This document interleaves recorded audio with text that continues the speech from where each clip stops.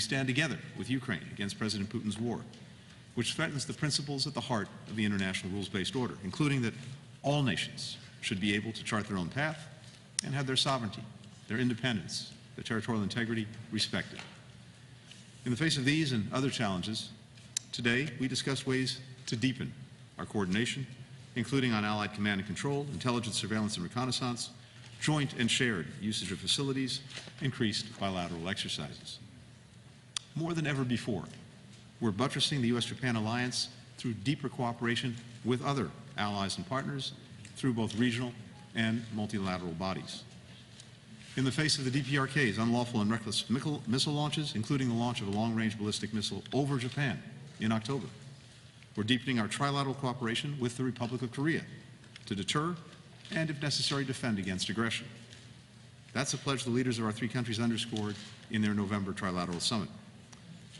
Today, we held our first formal dialogue in this 2+2 format on extended deterrence, namely to enhance the capability and credibility of our allied defense against a wide range of threats.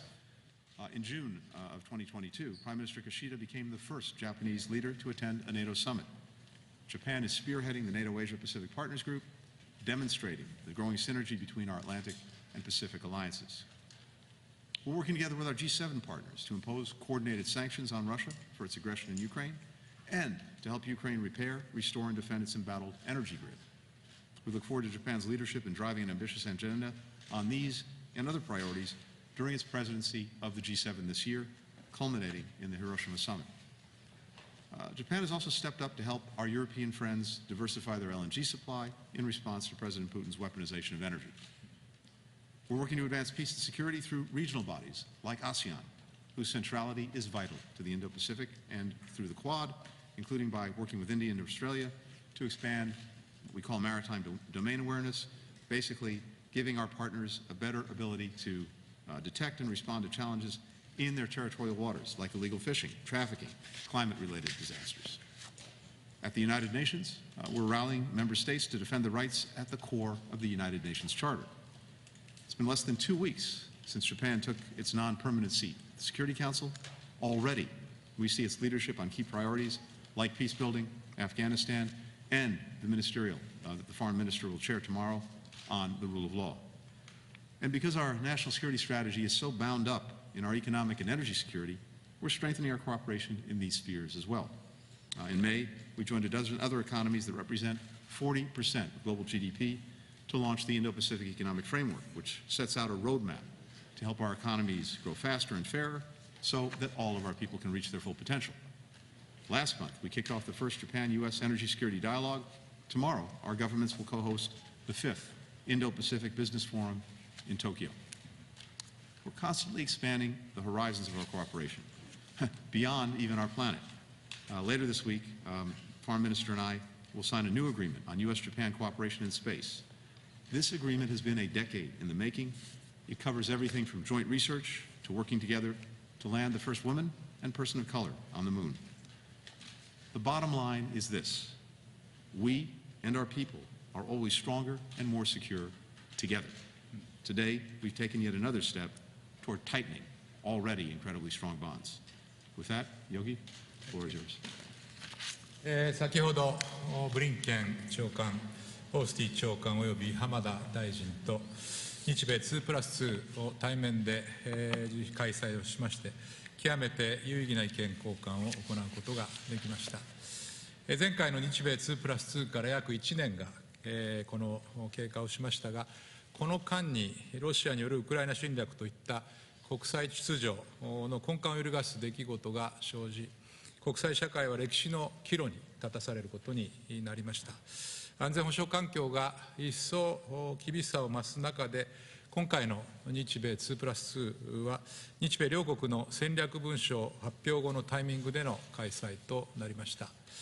本日の2+2で大きく以下の3点の成果がありました。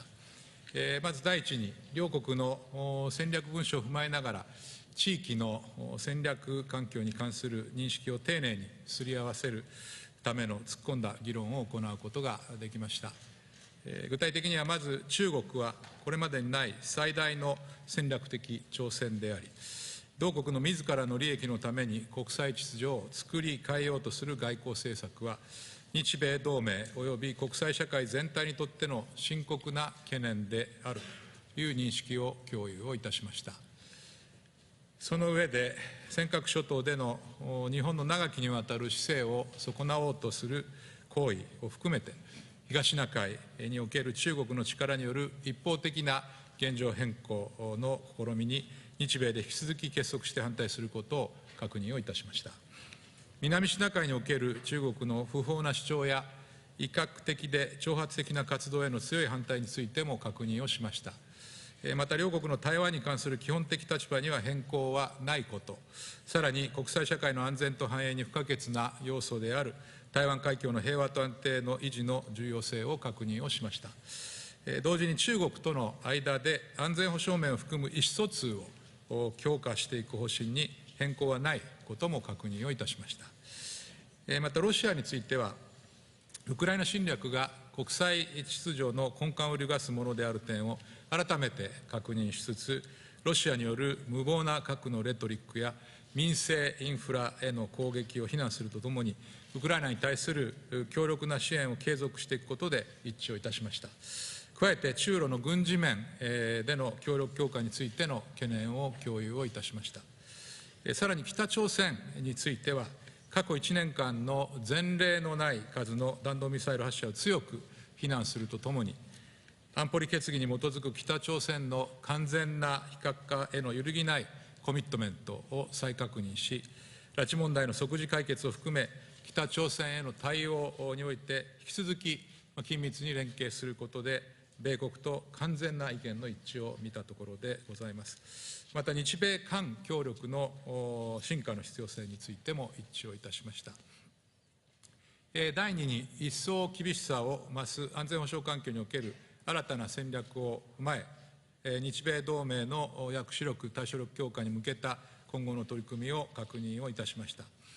米国による日本を含むインド太平洋地域における戦力体制を最適化するとの決意を歓迎し、今般発表された在日米軍再編計画の再調整を含めて、日本における米国の戦力体制を一層最適化するための方策につきまして、緊密な協議を継続することを決定をいたしました。また、拡大抑止をアジェンダの一つとし、閣僚レベルで時間を割いて突っ込んだ議論を行いました。その上で、米国の核を含むあらゆる種類の努力に裏打ちされた日本防衛に対する米国の力強いコミットメントを再確認をしました。さらに、日本の新たな国家安保政策が同盟の抑止力を抜本的に強化するものとして、米国から力強い支持の表明がありました。加えて、宇宙・サイバー分野での協力深化、技術協力の推進、情報保全の一層の強化の重要性につき一致をいたしました。また、宇宙における攻撃等への日米安全保障条約第5条の適用可能性を宣言することで一致をできましたことは、同盟全体の抑止力強化の観点で重要な成果でありました。第3に、沖縄をはじめとする地元の負担軽減を図ることの重要性について改めて確認をいたしました。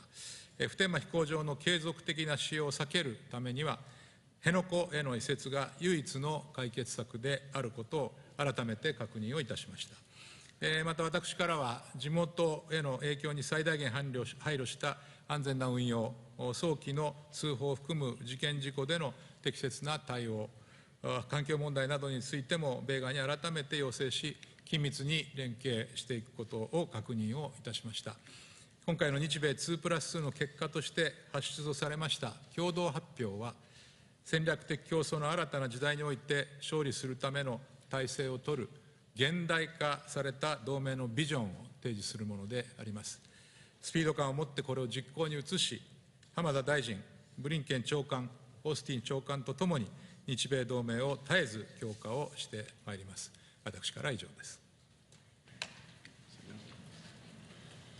Well, good afternoon, everyone, and thanks to everyone for being here. At the outset, let me thank my friend and colleague, Secretary Blinken, for hosting today's U.S.-Japan 2+2 ministerial meeting. Thanks, Tony. Minister Hamada, Minister Hayashi, I want to underscore my support for the bold decisions that Japan has made in your 2022 National Security Strategy, your National Defense Strategy, and your Defense Build-Up Program. There is clear strategic alignment between the visions of President Biden and Prime Minister Kishida. It is a shared commitment to uphold the rules-based international order and to strengthen resilient partnerships around the globe. And the essential U.S.-Japan alliance is at the center of these efforts. Our respective defense strategies provide a strong foundation for our ongoing work to modernize the U.S.-Japan alliance. In addition, Japan's commitments to substantially increase its defense spending and to invest in defense institutions and infrastructure and capabilities will accelerate our alliance's efforts. You know, I'm grateful that we're meeting at such a consequential time as Japan strengthens its own defense and further contributes to regional peace and stability. Today, we welcomed an historic alliance decision to optimize U.S. force posture in Japan by forward stationing more versatile, mobile, and resilient capabilities. These actions will bolster deterrence in the region and allow us to defend Japan and its people more effectively. In an increasingly challenging security environment, we've decided that the 12th Artillery Regiment would remain in Japan and be reorganized into the 12th Marine Littoral Regiment by 2025.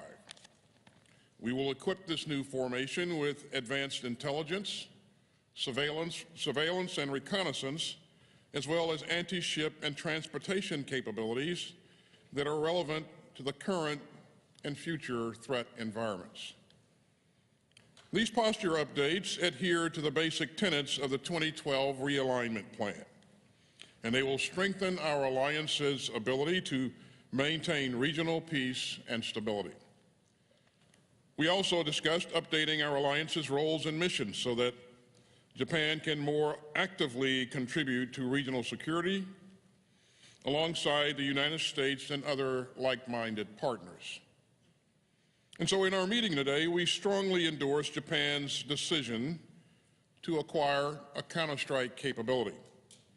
And we affirm that close coordination on employing this capability will strengthen the U.S.-Japan alliance. We also discussed a number of key issues, including our shared interest in peace and stability in the East and South China Seas and around Taiwan, and our commitment to the denuclearization of North Korea, and our efforts to increase multilateral cooperation with the Republic of Korea, Australia, and other like-minded partners, and our growing cooperation across all domains, including space and cyber.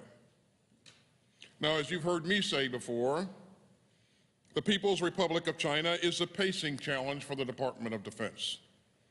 Japan and the United States remain united in our concern over China's destabilizing actions.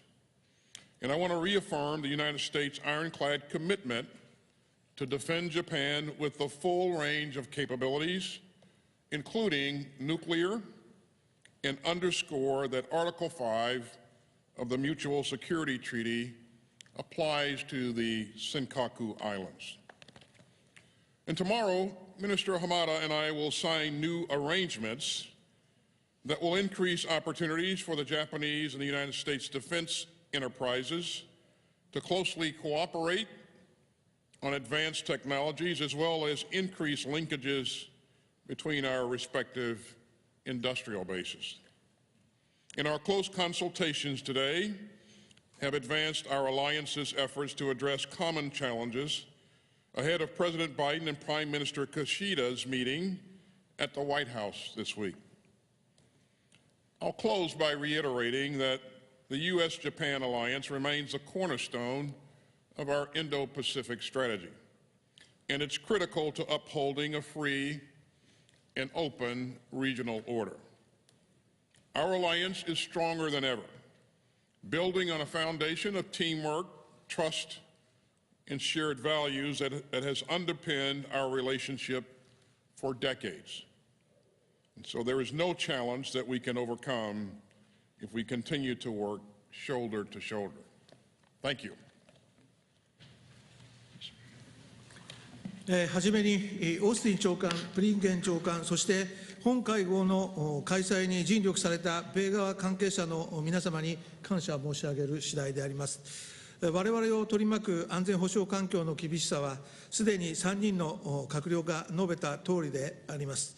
この厳しい競争の時代において、ルールに基づく国際秩序と自由で開かれたインド太平洋を維持していくため、日米同盟が果たさねばならない役割はこれまでになく大きなものになっております。先般策定された両国の国家安全保障及び防衛戦略はこれまでにないレベルで整合したものであり、今後の二国間協力の優れた基盤となります。特に両国があらゆるアプローチと手段を統合させて、事態の正規を抑止することを重視する点で一致していることは重要です。同時に戦略は策定して終わるものではありません。安全保障環境の厳しさを踏まえると、日米両国にはそれぞれの戦略を速やかにかつ着実に実行していくことが求められております。同時に私は新たな戦略のもと、日本の防衛力の抜本的強化を速やかに実現するため、反撃能力を含めた新たな能力の獲得や継戦能力の増強に最大限努力いたします。このような私の決意に対し、本日、オースティン長官、ブリンケン長官から強い支持をいただいたことを大変心強く思います。また、日米間においても連携強化に向けた議論を急がねばなりません。本日の協議では、日本の防衛力の抜本的強化を踏まえた同盟の役割、任務分担を実現していく必要性で一致しました。さらに、日米協力の下での反撃能力の効果的な運用、宇宙・サイバー分野における連携の強化、装備技術面での協力の進化といった幅広い分野における取り組みを進めていくことについても、4閣僚で合意をいたしました。また、同盟のパートナーシップを拡大するため、豪州、韓国、ASEAN、欧州等のパートナー国との協力をさらに深めていくことで一致をいたしました。地域において一層重要性が増している拡大抑止に関しても、オースティン長官よりも米国の考え方を幅広く伺いました。その上で、米国の拡大抑止がより信頼でき、より強靭なものであり続けるために、両国が進めていくべき取り組みについて議論したところであります。日米両国は厳しさを増す安全保障環境に対応するため、日本における米軍の体制を最適化するための取り組みとして、2012年に調整された現行再編計画について、その基本原則は維持した上で、再調整を行うこととしました。第3海兵師団司令部と第12海兵沿岸連隊の沖縄残留は、前方に展開する米軍の戦力体制をより多面的な能力を有し、より強靭性があり、そしてより機動的なものとするためのものであります。この取り組みは、日米同盟の抑止力、対処力を大きく向上させるものであると同時に、我が国の防衛に対する米国の確固たるコミットメントを示すものであります。これらの取り組みについては、その実施に向け、引き続き米側と緊密に協議していく考えです。また、私から在日米軍が安定的な駐留と活動にとって、沖縄をはじめとする地元コミュニティの理解が重要であることを述べました。引き続き沖縄の負担軽減の努力を進めてまいります。本日、日米両国が将来の国家安全保障、防衛政策の道しるべとなる戦略文書を策定した直後のタイミングで、防衛外交政策の責任者である4閣僚が一堂に会し、それぞれの戦略をどのように実行していくか、じっくりと議論できたことは大変意義深いことでありました。今後、同盟の強化に向け、引き続き議論を重ねていく考えです。ありがとうございました。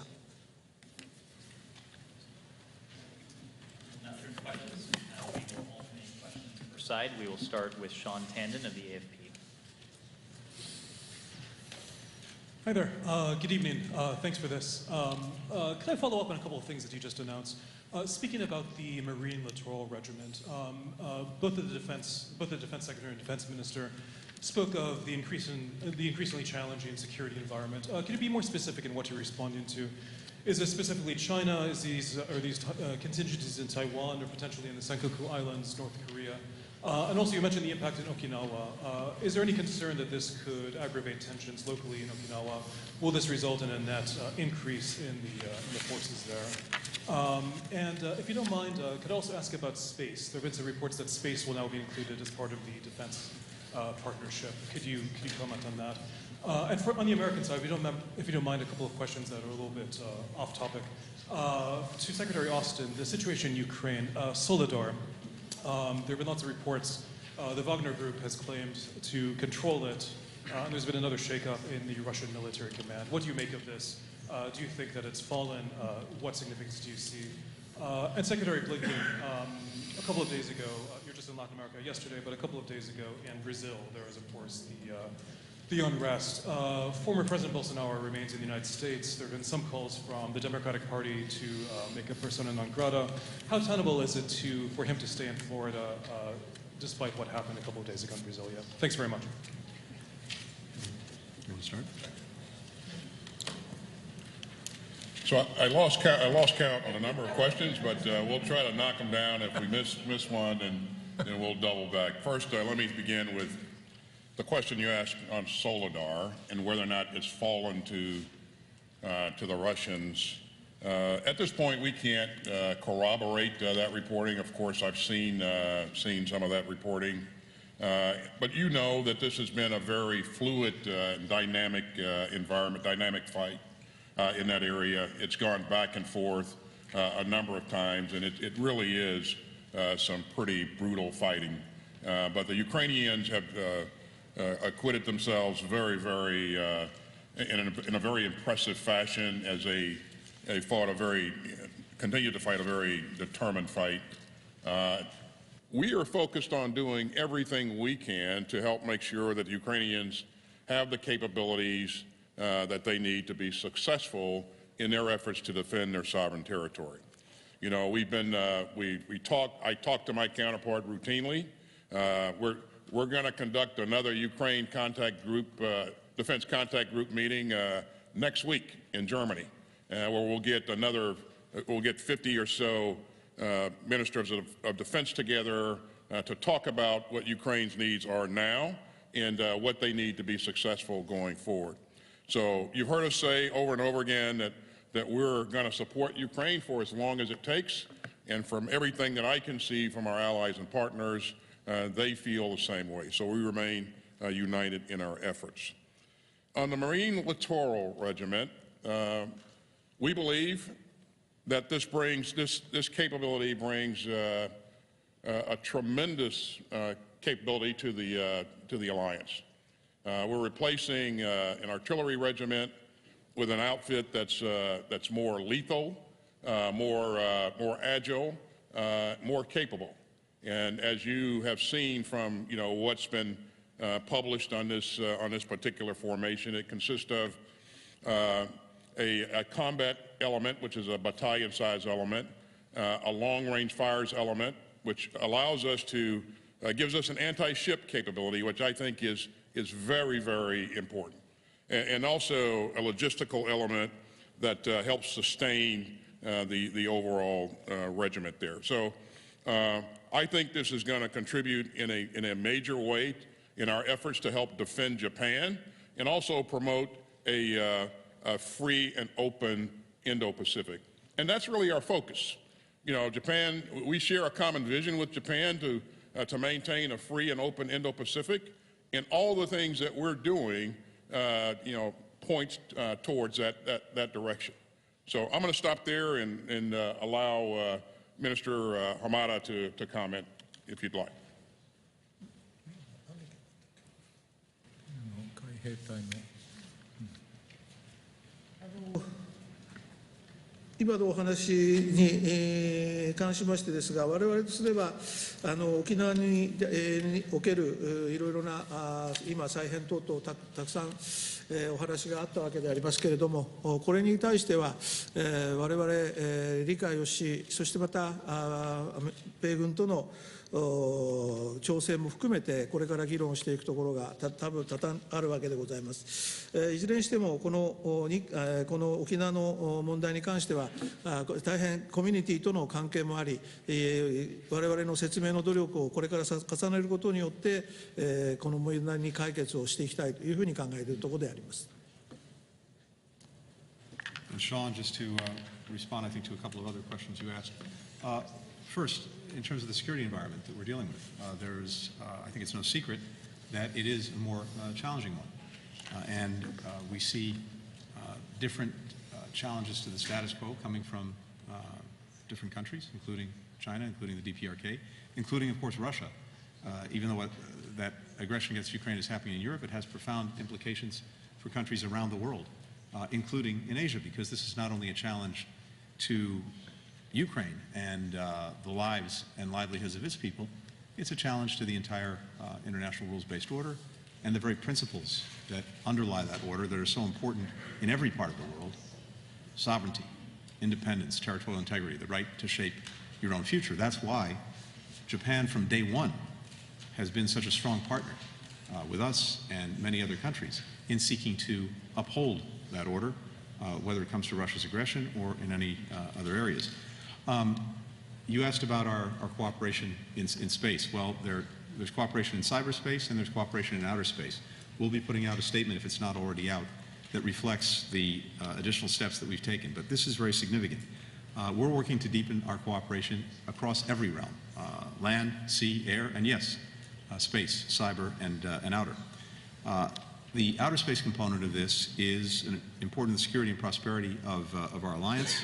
We agreed, as you've heard, that attacks to, from, or within space present a clear challenge. And we affirmed that, depending on the nature of those attacks, this could lead to the invocation of Article 5 of our Japan-U.S. Security Treaty. That is significant. We'll sign, as I mentioned, a space agreement a little bit later this week at NASA. On cyber, we have emphasized the foundational importance of cybersecurity and information security for our alliance. We agreed there as well to deepen our collaboration. This is a challenge that we both face, other countries face. It's important that we work on it together. We're all learning lessons in dealing with the challenges that come in cyberspace. Being able to share best practices, being able to support one another is more important than ever. We're also committed in that light to bolstering technology cooperation, as well as making joint investments in emerging technologies to try to further sharpen the competitive edge of the alliance. Last question, as I heard it, with regard to Brazil. As President Biden told President Lula, we stand with the people of Brazil, we stand with Brazil's democracy and its institutions. President will have an opportunity to confer directly and closely with President Lula when he visits Washington in early February, and the President looks very much forward to that. President Lula has called for an investigation of the events of January 8th. I'm not going to get ahead of that. We've not received any specific requests from Brazilian authorities. Of course, if and when we do, we'll work expeditiously to respond, as we always do. And then with regard to individuals, we're talking now about people who are private citizens. We've heard various public statements that have been made by those individuals about their plans, but we really don't have anything to add, and it's not appropriate for us to comment on any individual's visa status. 続いて日本側の、質問をお受けします。日経新聞の三木さん。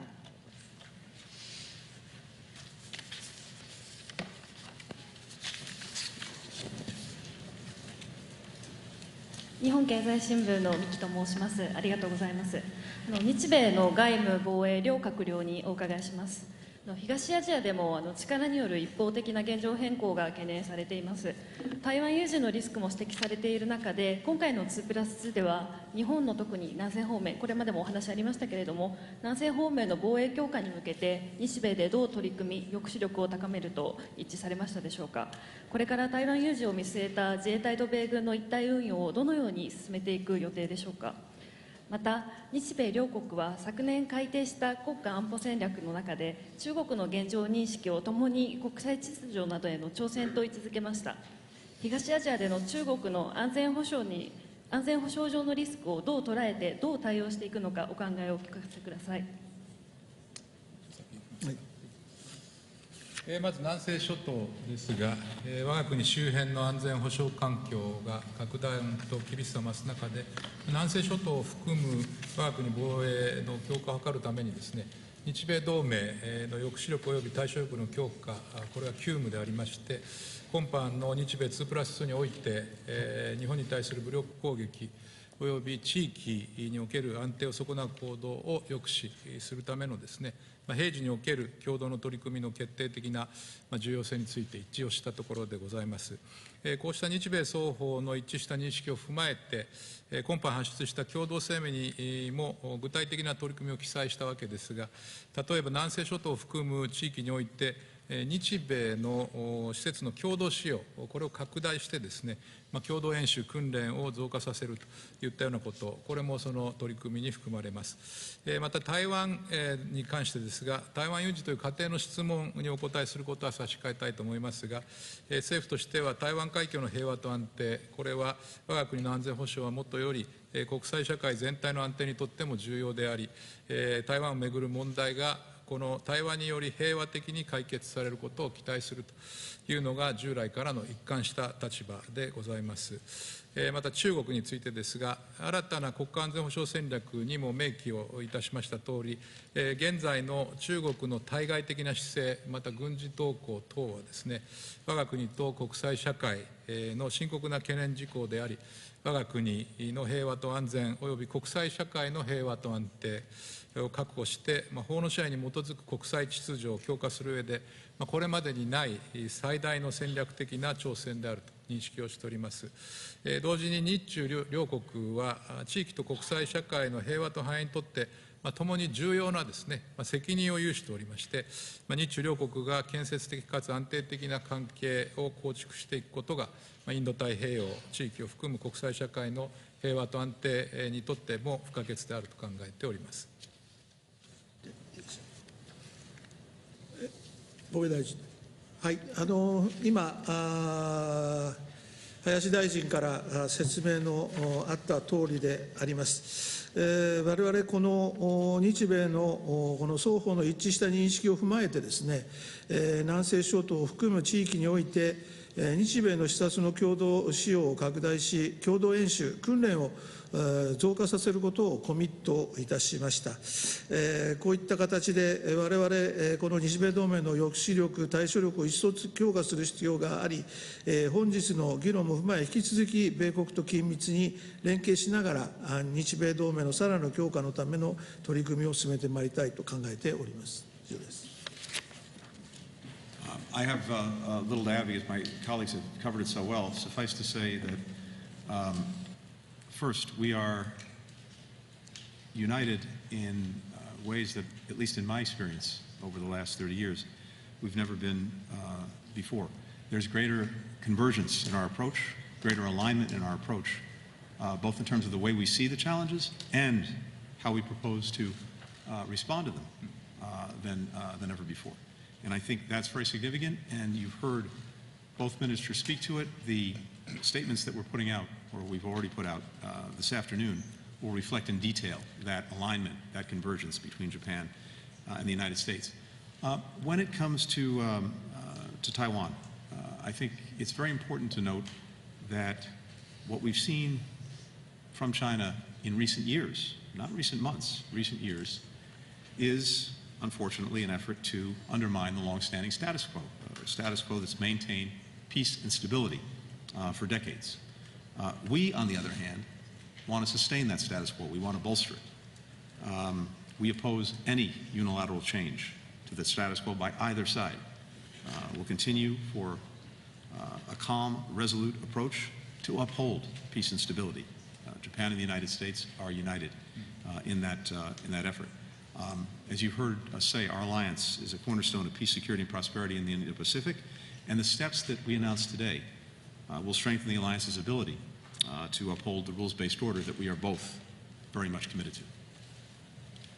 I think my colleagues have done a tremendous job of outlining the key points here, and so I won't plow that ground again. But I would just say that we really do remain committed to enhancing resiliency and interoperability between U.S. and Japanese forces and deepening the operational cooperation.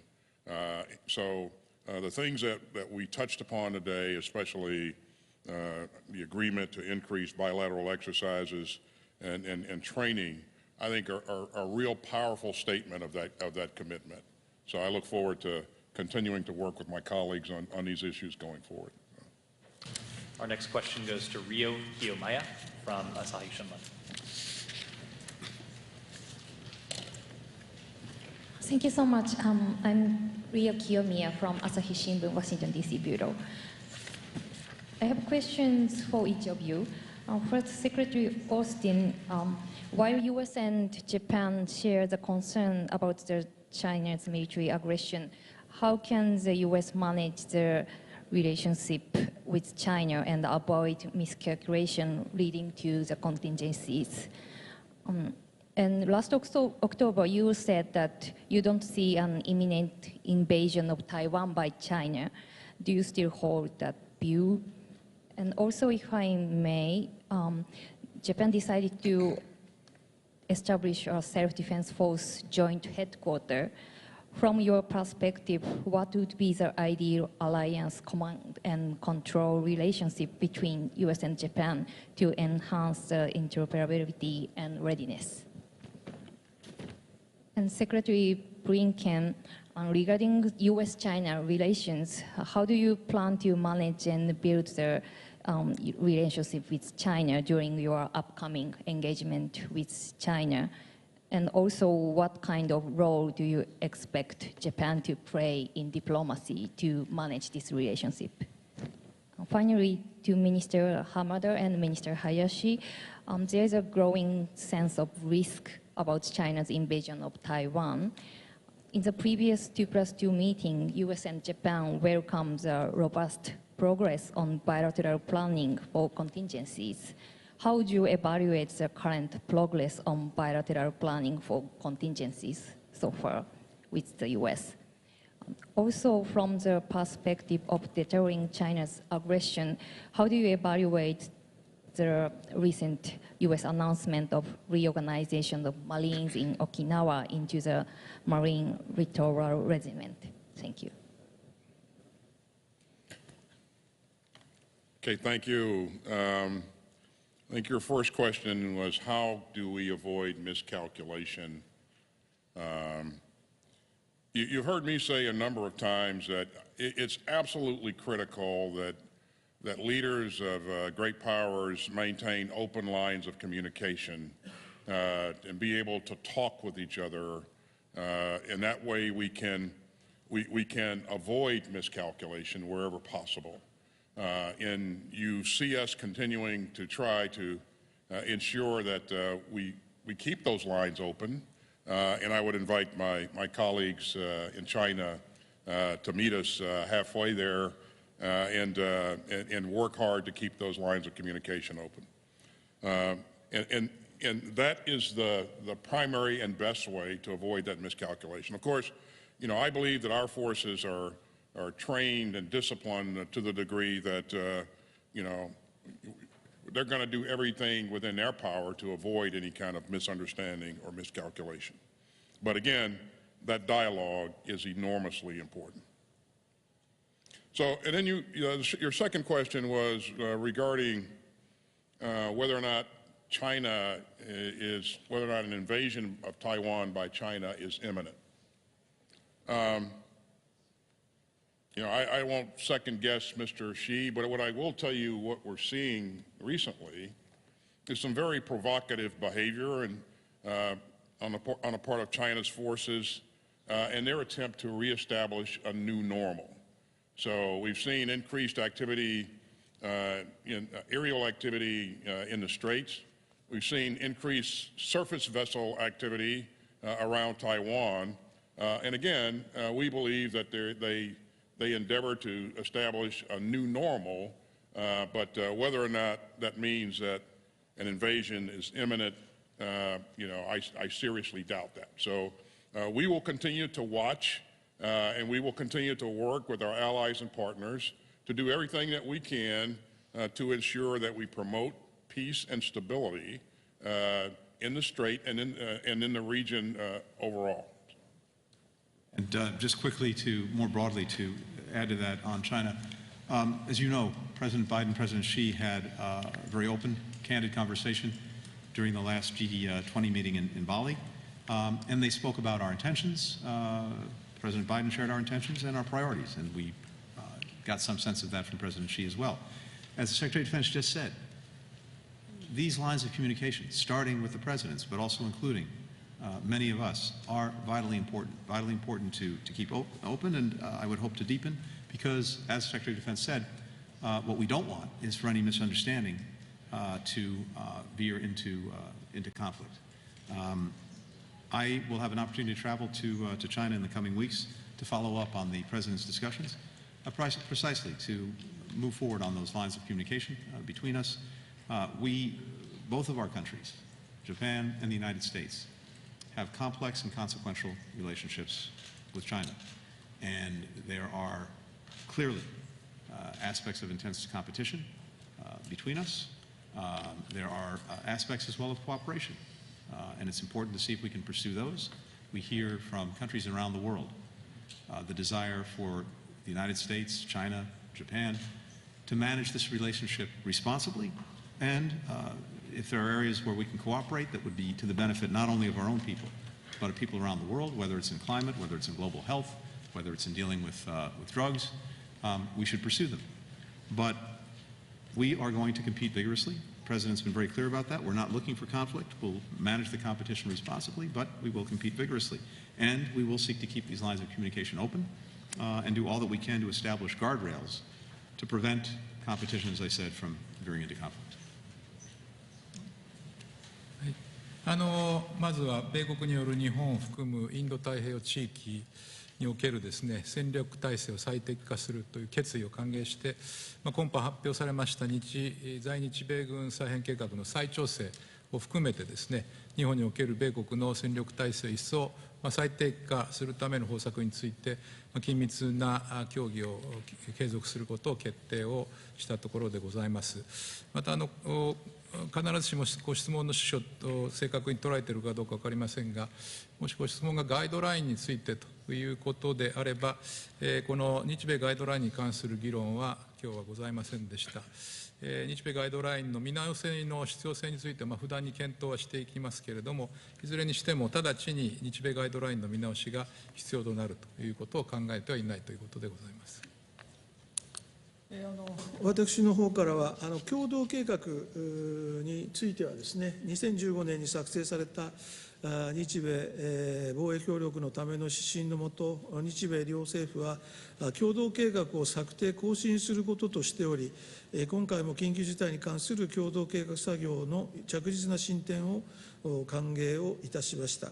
また、現下の厳しい安全保障環境に対応し、在日米軍の体制強化するため、再編終了後の在沖海兵隊の規模は維持した上で、第3海兵師団司令部の及び第12海兵連隊を沖縄に残列させること、また同連隊を2025年までに海兵沿岸連隊に改編させることで一致をいたしました。このような取り組みは在日米軍の体制を強化するものであると同時に、日本の防衛に対する米国の揺るぎないコミットメントを改めて示すものであり、我が国自身の防衛力の抜本的強化と相まって、日本に対する武力攻撃や地域における安定を損なう行動に対する抑止力、対処力を大きく向上させるものだと考えております。以上です。では最後のご質問になります。朝日新聞の田島さん。朝日新聞の田島と申します。よろしくお願いします。今回の会談では、日本政府が新たに策定した国家安全保障戦略や国家防衛戦略が主要な議題になったと思います。ここでまず林大臣と浜田大臣にお伺いします。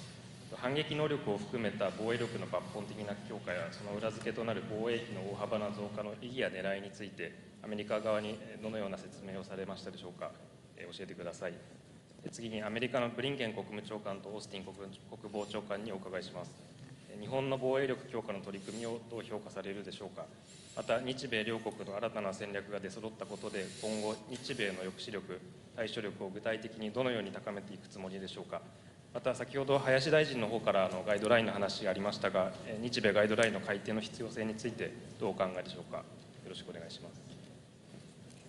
それではまず私からお答えをいたします。本日の2+2では、一層厳しさを増す安全保障環境における新たな戦略を踏まえて、日米同盟の抑止力、対処力強化に向けた今後の取り組みを確認をいたしました。私からは、我が国の防衛力の抜本的強化は、米国の能力のより効果的な発揮にもつながるということ、そしてそれは日米同盟の抑止力、対処力を一層強化するものとなり、地域の平和と安定のために大きな役割を果たすことになる旨を発言をさせていただきました。これに対し、アメリカ側からは力強い支持の表明をいただいたところでございます。先ほどもお伝えをしたとおり、今回の日米2+2の結果として発出される共同声明、これは戦略的競争の新たな時代における同盟のビジョンを提示するものであります。スピード感を持ってこれを実行に移し、浜田大臣、ブリンケン長官、オースティン長官とともに、日米同盟を絶えず強化してまいりたいと考えております。私の方からは、日本の防衛力の抜本的強化を速やかに実現するために、大幅に増額した防衛予算の下で、反撃能力を含めた新たな能力の獲得や継戦能力の増強に最大限努力する強い決意を申し上げたところであります。今、林大臣からもお話がありましたように、米側からは日本の新たな安全保障政策を同盟の抑止力を強化する重要な進化であるとして、強い支持が表明をされました。本日の議論を踏まえ、戦後最も厳しく複雑な安全保障環境の中で、反撃能力を含めた我が国の防衛力の抜本的強化と相まって、日米同盟が地域及び国際社会の平和、安定、繁栄のためにさらに確固としたものとなるよう、引き続きオースティン長官、ブリンケン長官及び林大臣とともに取り組んでまいる所存であります。以上です。Thank you for the question. It's very simple. We heartily welcome the new strategies, especially because there is, as I said, and we've all said, remarkable convergence between our strategies and Japan's. We applaud the commitment to increased investment, to enhanced roles, missions, and capabilities that you've heard, to closer cooperation, not only between the United States and Japan, but as well with other allies and other partners on a bilateral basis, but also on a trilateral and multilateral basis. We already have a strong foundation. That's only going to grow. As we read them, these new documents really reshape the alliance's ability to promote peace and protect the rules-based order in the region, but also beyond, around the world. I think what you're seeing in real time is an alliance that is modernizing, and the United States and Japan are working in lockstep to be prepared for the emerging challenges in the Indo-Pacific and beyond. So we could not be more pleased with the work that we're doing together, but also, and I have to say, for Japan's extraordinary leadership. I know President Biden will have an opportunity to share that appreciation with Prime Minister Kishida when he welcomes him here to Washington later this week. I certainly agree with Secretary Blinken. There is clear strategic alignment between the visions of President Biden and Prime Minister Kishida. You see that reflected in the strategies as you put them side by side. We are all focused on maintaining a rules-based international order and promoting peace and stability in the region. So what you've heard us talk about today, the things that we discussed in the meeting, really bring that strategy to life. Optimizing force posture, agreeing to increase our bilateral exercises and training events, all of those things are real good indicators that all of us are committed to making sure that, as Prime Minister Hamada has said previously, we don't just write strategies. You know, we do the things necessary to be able to execute them. And this is work that's never finished. Okay, so we will continue to work to optimize force posture and increase interoperability so that we maintain a credible deterrent force. And I look forward to continuing to work with my colleagues to do that, what I would call hard government work. But thank you very much. Thank you, Your Excellency. Thank you, everyone. That concludes the press conference.